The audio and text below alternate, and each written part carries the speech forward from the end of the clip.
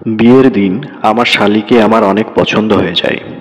বিয়ের রাতে আমি আমার বউকে একটা ঘরে বন্ধ করে দিই আর শ্বশুরবাড়িতে বলি যে আপনার মেয়ে অন্য ছেলের সাথে পালিয়ে গেছে, আর বলি তোমার ছোট মেয়ের বিয়ে আমার সাথে দিয়ে দাও, না হলে আমি আপনাদের নামে কেস করে দেব।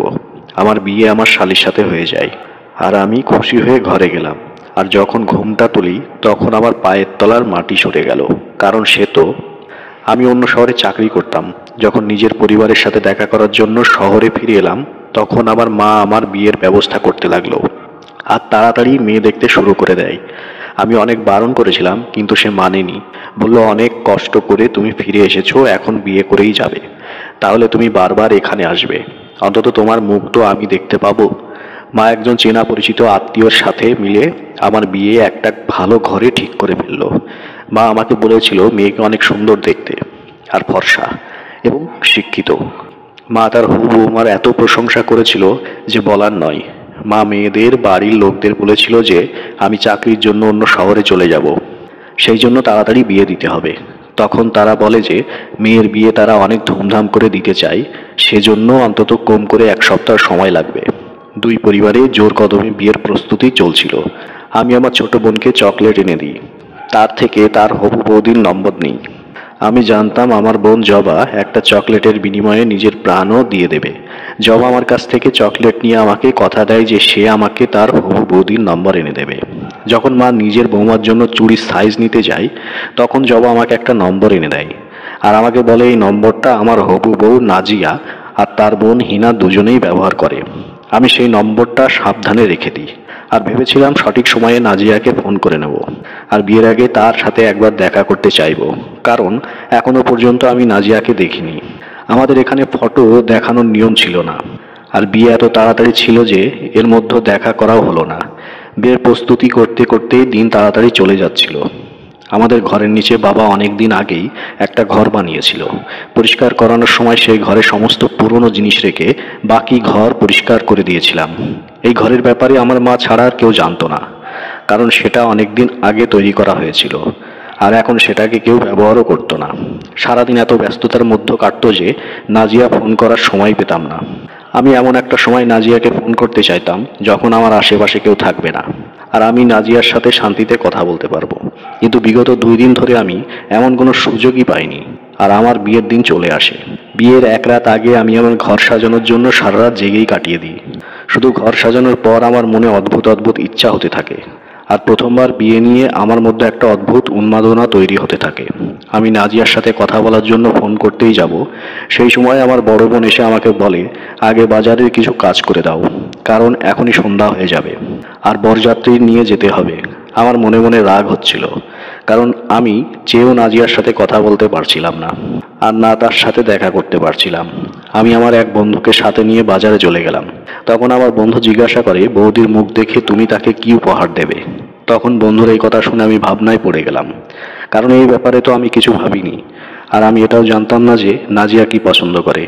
এই ব্যাপারে যখন আমি আমার বন্ধুকে বললাম, তখন সে বলল দেখা করে নাও আর বৌদির থেকে তার পছন্দ জেনে নাও।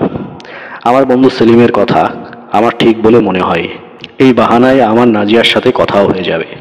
আমি রাস্তার এক কোনায় দাঁড়িয়ে নাজিয়ার নম্বরে ফোন করি। আমার বুক ধকধক করছিল যে না জানি কে ফোন ধরবে। নাজিয়া না, তার ছোট বোন। ফোন করতেই খুব কাছে থেকে রিং হতে শুরু করে। আমি ঘুরে দেখি তখন দুটো মেয়ে একটা পার্লারের পাশে দাঁড়িয়ে ছিল। তাদের মধ্যে একজনের হাতে ফোন বাজতে থাকে। আমি সেই মেয়ে দুটোর দিকে তাকিয়েছিলাম। তার মধ্যে যখন একটা মেয়ে ফোন তুলে হ্যালো বলে, তখনই সেই আওয়াজ আমার ফোনের মধ্যেও আমি শুনতে পাই। আমি অবাক হয়ে যাই। আমি একটু পিছিয়ে গিয়ে কথা বলার চেষ্টা করি আর অনেক মন দিয়ে সেই মেয়েদের দেখতে থাকি। তারা আমাকে দেখেনি। যে মেয়েটা ফোন তুলেছিল সে অনেক সুন্দরী ছিল। প্রথম দেখাতেই আমার তাকে ভালো লেগে যায়। আমি মন থেকে প্রার্থনা করি যেন এই মেয়েটাই নাজিয়া হয়। সে ফোন তুলে জিজ্ঞাসা করে আমি কে। আমি বলি আমি জাহির কথা বলছি। এই কথা শুনে কিছুক্ষণের জন্য চুপ হয়ে গেল। সে তারপর বলে আমি নাজিয়ার বোন হিনা। এই কথা শুনে আমার মন খারাপ হয়ে গেল। সে তার পাশের মেয়েটাকে ইশারায় কি যেন একটা বলল। সে হয়তো নাজিয়া ছিল। আমি একবার নাজিয়ার দিকে তাকাই।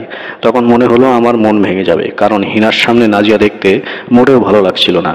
তার ইশারায় নিজেদের মধ্যে কথা বলছিল আর নাজিয়া মাথা নাড়াচ্ছিল। আর তারপর হিনা আমাকে বলে যে নাজিয়া এই সময় তোমার সাথে কথা বলতে চায় না।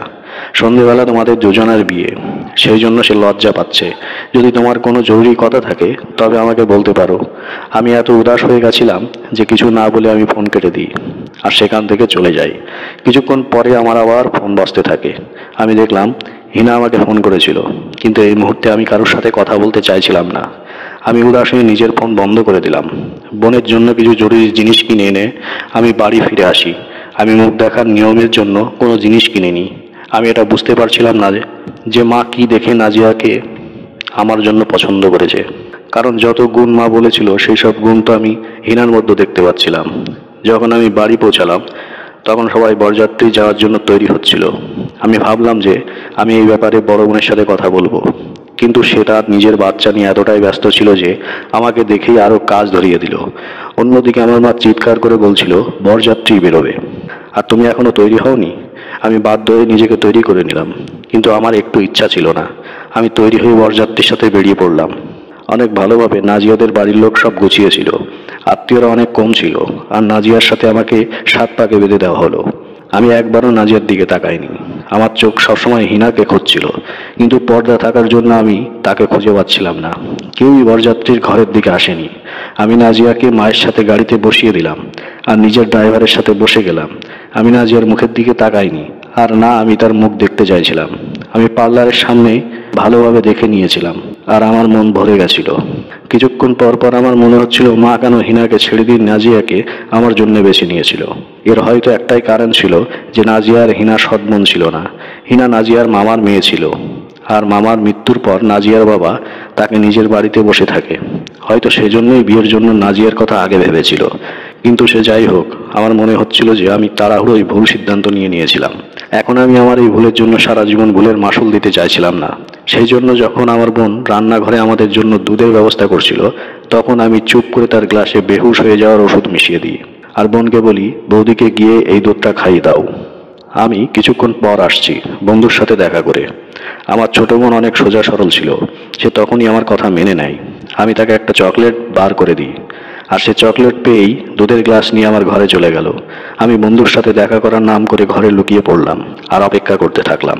আর যখন দেখলাম সবাই ক্লান্ত হয়ে যে যার ঘরে চলে যাচ্ছে, তখন আমিও লুকিয়ে নিজের ঘরে চলে গেলাম।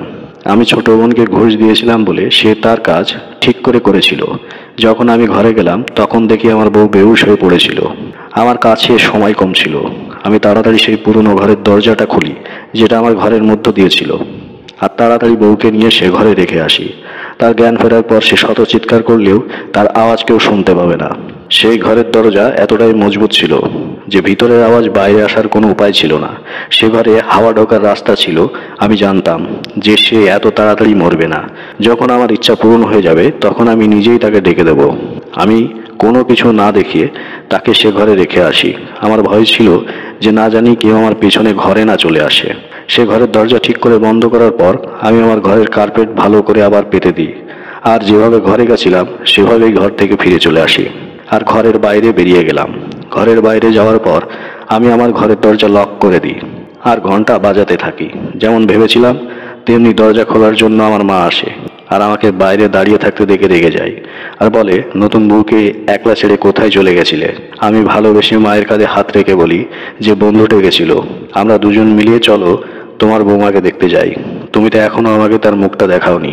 তখন মা বলে, আমি কেন তোমার সাথে তোমার ঘরে যাব? কিছু তো লজ্জা করো, নিজেই গিয়ে নিজের বউর মুখ দেখে নাও।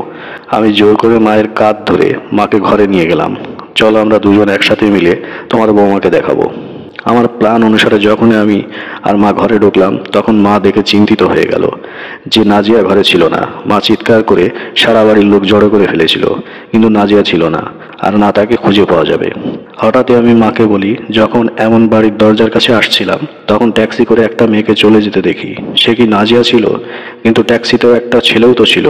আমার কথা শুনে আমার মা একদম অবাক হয়ে যায়। আমি নিজের সব আত্মীয়দের মনে এই কথাটাই ঢুকিয়ে দিই যে নাজিয়া তার প্রেমিকের সাথে পালিয়ে গেছে। কিছুক্ষণ পর সমস্ত বাড়ির লোকেরা বিশ্বাস করে যে নাজিয়ার নিখোঁজ নয়, সে পালিয়ে গেছে।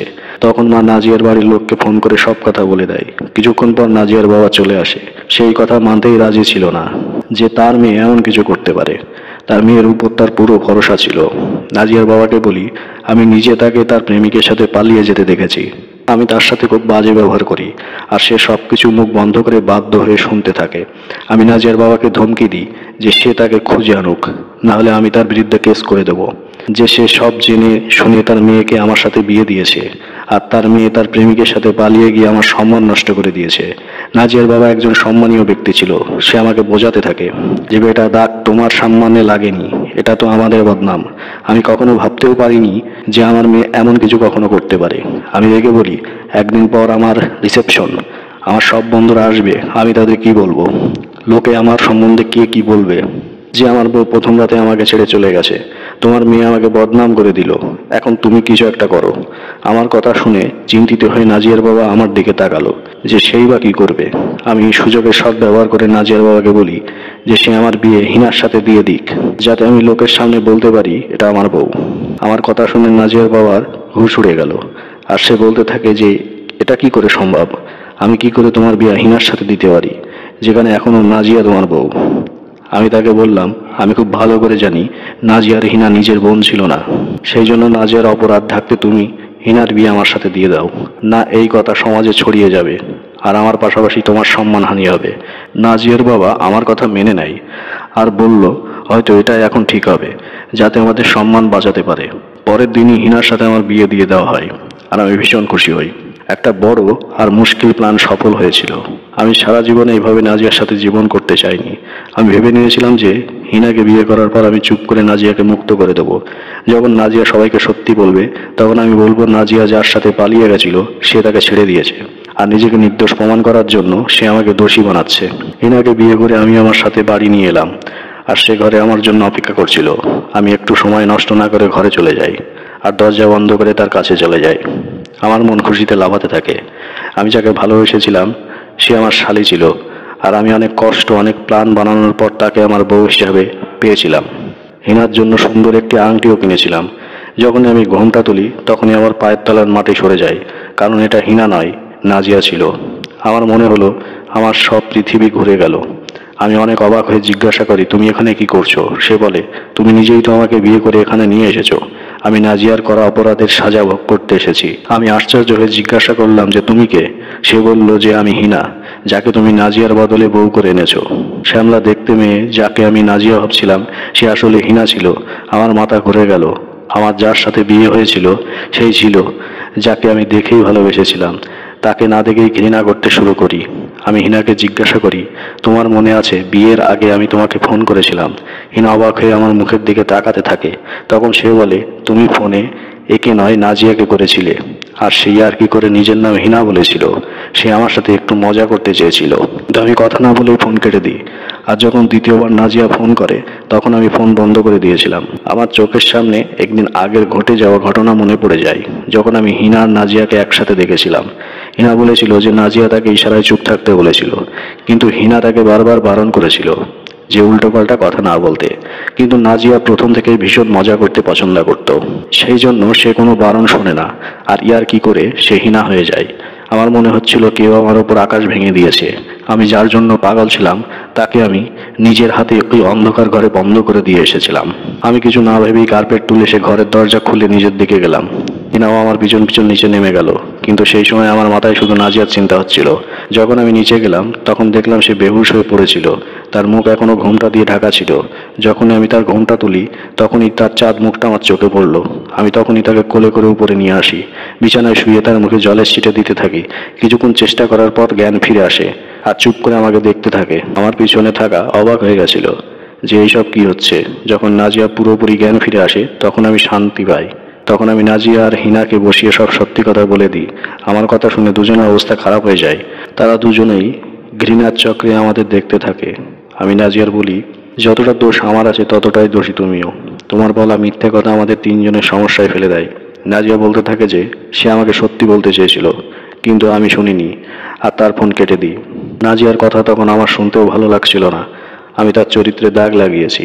আমি নাজিয়াকে নিজের ভালোবাসার কথা বলি আর হিনার কাছে ক্ষমা চাই, কারণ সব ঘটনার মধ্যে সে এমনি এমনি ফেসে যায়। কিছুক্ষণ পরে এই কথা আমার সারা বাড়ির লোক জেনে যায়। আমার মা আমাকে অনেক বাজে কথা শোনায় আর নাজিয়ার বাবাকে ফোন করে ডেকে নেয়। সে বেচারা আরও একবার ভয় পেয়ে দৌড়ে আসে আর সব সত্য জানার পরে সিদ্ধান্ত নেয় যে তার দুজন মেয়েকে আমার সাথে থাকতে দেবে না। আমি তার পায়ে পড়ে যাই আর বলি যে নাজিয়ার ভালোবাসার পরে আমি একটা ভুল পদক্ষেপ নিয়েছিলাম, কিন্তু আমি আমার করা কাজের জন্য লজ্জিত। নিজের ভুলের শাস্তি আমি পেয়ে গেছি। আমি নাজিয়াকে ছাড়া থাকতে পারবো না। আর আমি হিনার সাথে করা ভুলটার জন্য ক্ষমা চাইছি, কারণ তার কোনো দোষ ছিল না। কিন্তু পরের ক্ষণে হিনা বলে উঠল, ভুল শুধু তোমার একার ছিল না, আমারও কিছু দোষ ছিল। আমিও তোমার কথার মায়ায় পড়ে গিয়েছিলাম আর তোমাকে নিয়ে ভালোবাসার স্বপ্নে দেখতে চেয়েছিলাম। আমি এইটুকু ভাবিনি যে আমার নিজের বোনের বরকে নিয়ে আমার ঘর বাঁধার স্বপ্ন দেখাটা অন্যায় পাপ, আর এই পাপের শাস্তি আমি পেয়ে গেছি। মানুষ মোহে পড়ে অনেক বড় ভুল করে বসে আর এইটুকু চিন্তা করে না যে আমার কারণে আরেকজন অনেক দুঃখ পাবে। শুধু নিজের সুখের কথাই চিন্তা করে অনেকেই ভুল পদক্ষেপ নিয়ে ফেলে। তাই আমি বলতে চাই, আমার মতো ভুল যেন আর কেউ না করে। আর আমিও সবার কাছে প্রতিজ্ঞা করি যে আমি আর কোনোদিন ভুল পথে পা বাড়াবো না। আর আমার সামনে যদি কেউ ভুল করে সেই ভুলটাও হতে দেব না। আমি ভুল করেছিলাম আর সবাই আমার এই ভুলকে ক্ষমা করে দিয়ে আবারও একবার নতুন করে বাঁচার সুযোগ দেয়। আমি ভাবি যে তাড়াহুড়োতে করা কাজ মানুষকে দোটানায় ফেলে দেয়। যদি আমি একবার আমার বউয়ের মুখ দেখে নিতাম তাহলে হয়তো আজকে এই সব কিছু হতো না। আমার তাড়াতাড়িতে করা কাজ আমাকে বিপদের মধ্যে ফেলে দিয়েছিল আর আমার ক্ষতি করে দিয়েছিল। তো বন্ধুরা, আজকে আমাদের এই ছোট গল্পটি যদি আপনাদের একটু ভালো লাগে অবশ্যই একটা লাইক করে দিন, বন্ধুদের সঙ্গে শেয়ার করে দিন। আর এরকম গল্প পেতে হলে অবশ্যই চ্যানেলটিকে সাবস্ক্রাইব করে বেল বাটন প্রেস করে রাখুন, যাতে করে আমার লেটেস্ট গল্পগুলো সবার আগে আপনার মোবাইল স্ক্রিনে দেখতে পান। তো আজ এই পর্যন্তই। ভালো থাকবেন, সুস্থ থাকবেন। ধন্যবাদ সবাইকে।